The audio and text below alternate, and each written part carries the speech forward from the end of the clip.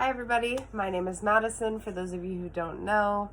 I thought it was a good idea to give an introduction to this speech before I get into it. I've taken every opportunity in this class to give a speech on addiction, whether it be harm reduction, relapse prevention, my story. I try to spread awareness because I think it's something that, although some people will never understand, there's also a side of the world where they're still actively struggling and trying to get clean. So regardless of what side you fall into, I think it's important to at least listen and understand what it means to fall through the disease of addiction.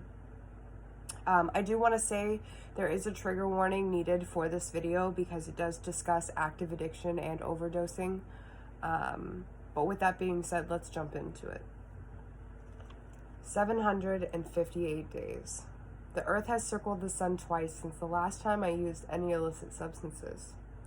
I was born into a gene pool of addiction with the smallest fighting chance. I was only 14 years old, doing 8 balls and wanting more.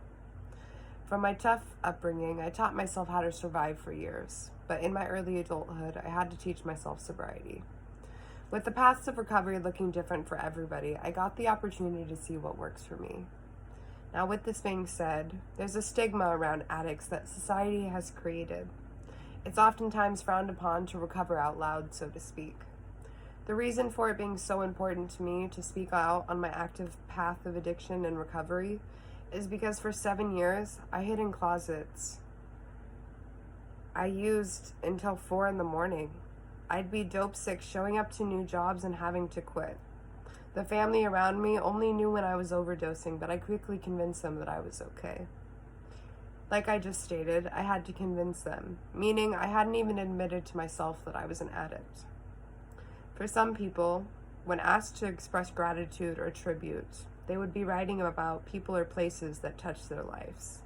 But in the past 25 months, I realized the gratitude and respect owed to the path of getting clean and sober after everything you know is using.